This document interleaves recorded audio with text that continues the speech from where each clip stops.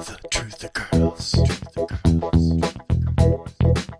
The truth occurs. Hi everyone.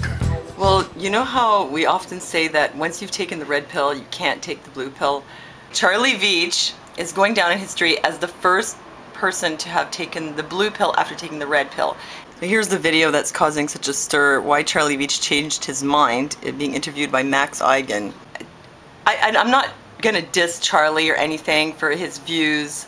I like Charlie. So Charlie says, and I have notes here, that basically what we have happening here is the Church of Conspiracy Theory, and that if you go against it, you're a heretic. I have to say, that is kind of true. For some people. From my perspective, I think a lot of it is conspiracy. Not everything, not every single person in the government's involved in conspiracy, but at some level, I think that the things that happen that further the big agenda of the New World Order, that is a conspiracy, or at least a plan, an agenda carried out. So here's what happened to Charlie. The BBC, he said, they commissioned a show called 9/11 Conspiracy Road Trip, and they took 5 people who didn't believe the official version of 9/11, including Charlie, to the US and basically gave them the propaganda tour. But that after about 3 days, he had like a change of perception, and he kind of thought, well, you know, what if all this conspiracy stuff isn't true? What if the official version is true and it simply was an attack done by 19 Muslim extremist hijackers? But, you know, Charlie says that he hit the wall of absurdity. Charlie, I think that the wall of absurdity is believing that it was true. And here are some of the examples he gives. That he saw no evidence for holographic planes or controlled demolition. Okay, holographic planes, I don't know if there were holographic planes or not. But just because you saw no evidence for it doesn't mean that it didn't happen. I mean, how can you suddenly think that the kinetic energy from the planes brought down the buildings? I mean, that is the wall of absurdity. Sorry to say, but that makes no sense. He says, so likely it was the 19 hijackers that did it. He says there's no evidence of a conspiracy, but there's really no evidence that the 19 hijackers did it either. I mean, they weren't on the flight list. Where's the footage of them going through security at the airport? And plus, 11 of the 19 turned up alive. So I'd say that, to me, that's not evidence. And their leader, Osama bin Laden, was never wanted officially in connection with 9/11. I don't need to go over the whole thing about 9/11. I think you guys know what, you know, the conspiracy theorists have to say about it. So here's what else Charlie has to say. If it had been an inside job, evidence would have exploded. It did. It's all over the place. The evidence has exploded all over the internet. Nanothermite could not turn the building into powder. You know, that may very well be true. There maybe there was nanothermite found in the wreckage, but that doesn't mean that the nanothermite caused the buildings to turn into dust. But does that mean that the kinetic energy from the planes did it? Not to me. In fact, there are other explanations. One of them, which didn't get nearly as much attention as Richard Gage's explanation, is the nuclear demolition hypothesis by Dmitry Kalasov, which actually is also very possible, especially considering that when the plans were made for the building, they had to include demolition plans, and the demolition plans were using a nuclear device. So it could be that, yes, it was not the nanothermite, but no, it was not kinetic energy from the planes either. It was something else.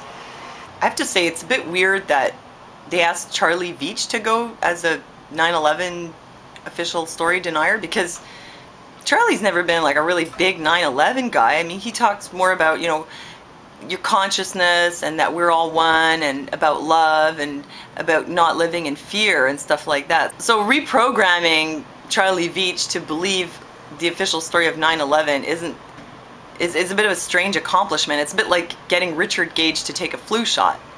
So he says that, you know, in the truth movement there's a lot of craziness, dogma, and paranoia, which I'd have to say is true. I mean, there are people out there that, you know, every day it's the end of the world, every day we're gonna have martial law and somebody's coming to get us. And Charlie says that, you know, he's just about raising consciousness and spreading love, which I think is a great thing. And I think he's onto something there. There's only so far you can go with all this conspiracy stuff. I mean, it's good to have information, as in, you know, the flu shot will kill you, or that your GMOs are bad for you, or whatever. But if you just get kind of stuck in that and you're waiting every day for the sky to fall, it's not very productive. And actually what it's doing is it's really, you know, helping the New World Order, because when you're living in fear, you're just completely screwing yourself up. Your vibrations, the way you interact with other people, everything falls apart when you're living in fear. So Charlie has a very good point that we should be focusing on raising our consciousness and on love. He thinks it's crazy for us to think that they would take the people who were supposed to be on those planes and herd them into somewhere, you know, divert the plane, or not even let them on the plane and then murder them. That's outrageous, but I don't think it is. I think that could be possible. Anything could be possible, and that they could take their DNA while they're doing it. He seems to think that, you know, they wouldn't be able to get away with something like that. You know, on the radio lately I've been talking to people more about, you know, mind control, Satanism, and the way the system is organized, like on the large scale in terms of who controls it, because yes, there are those who do control it. And the thing is that they're involved in some very dark stuff. I mean, they literally serve the devil. I'm not talking, you know, Hollywood style Satanism, Anton Szandor LaVey. It's something much more esoteric, you know, something that we don't know anything about, but the evidence does come out that they do this. And a lot of people who are in high places, I'd say probably even most people, are involved in this. So when one commits a crime, there are many others to cover it up at all levels. And anyone who does speak out, no, they wouldn't become president. They'd probably find themselves having an unfortunate accident like a plane crash. See this article, President Obama talks about the Buffalo plane crash that killed 50 people. One of the victims was a 9/11 widow that he met with last week. It says here, Beverly Eckert refused to take any money from the 9/11 victims' compensation because she felt that the government just wanted to silence her. She tried to speak out, and she ended up having a plane crash. Another example that I'd like to give, that this is not related to 9/11, but an example of how tight this system is and how satanic it is. Tight, I mean in the sense that they're so well connected, they can cover anything up. And that would be the case of JonBenet Ramsey. I mean, there was no evidence of a break-in, no footprints leading to the house, no evidence whatsoever of an intruder. The note was written in Patsy Ramsey's writing, and she admitted to writing a practice note. Why would you write a practice note? A practice ransom note? And why would there be a ransom note when the child had been murdered? Also, the neighbors in the area all heard JonBenet scream at midnight. The family just denies this. And so many lies. But in the end, they were let off. Turns out that they were involved in a satanic coven that also involved high-level officials who helped them to cover it up. And one of the first things they did was contaminate the crime scene. They let absolutely everyone in there. So then they couldn't use the evidence. You know, and that's just for the murder of a child. You think that they can't do that for the murder of 3,000 people? They can. So Charlie Veitch says it's not possible that 9/11 was a conspiracy because it would have come out. It did come out. The evidence did come out. He thinks that if people knew about this and they spoke out, they would become president. No, they would be killed. And he thinks that if this was the case, what the conspiracy theorists say, there would be a worldwide revolution. There is a worldwide revolution. It's a bit of a strange one, but there certainly is a revolution. So Charlie, you're a brilliant guy. I mean, a very, very brilliant guy. So I have a hard time believing, even though 9/11 isn't your big thing, I have a hard time believing that you really believe this official story when you know how the system works. You know, maybe you really changed your mind, you really believe that. And, you know, good for you for having the courage to tell everybody that. Or maybe you were threatened, and if you were, then I don't, you know, blame you for doing what you did. I guess you'd make the right decision for you. And the reason I say that is that I know people who've, you know, been targeted I think people get to a point where when they get too big and it becomes too much of a threat, they're either, the powers that be will try to co-opt them and get them under their control. Like I remember seeing this thing about what do you do with revolutionaries, or there's different kinds, the idealist and there's the opportunist. I don't remember the other ones. I remember them saying the idealist, you can tone them down to to becoming a realist. So you basically, take the fire out of them. The opportunist, you basically just give them what they want. That would be like somebody who's after fame and money. So you can get them to be kind of corrupted in a way, I don't know if that's the right word, by offering them what they want.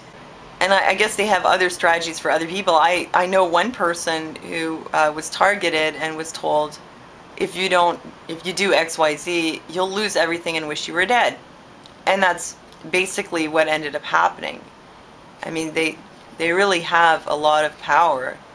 They're extremely well connected, and they serve the devil. So Charlie, if you've gotten too close to the fire and you want to back off, that's your decision. It's your life after all. I kind of even thought that Charlie, being so exceptionally brilliant, was so obvious he couldn't believe this. It seemed to me like he was laying it on so thick. He was trying to send us a message, that laying it on so thick that we'd have to know that he was doing it on purpose. So either Charlie really changed his mind, I don't know how this happened, or it got too much for somebody and they gave him an ultimatum. Either the ultimatum is you do what we say and you can have the world, or if you do XYZ, you will lose everything and wish you were dead. So I really don't know what happened, but Charlie, I love you. I love your work that you do, raising people's consciousness, and I just hope you keep doing that. And 9/11's really not your thing anyway, so, just keep doing that good work that you do, raising people's consciousness. All right, everybody, thanks for listening, and I'll see you next time.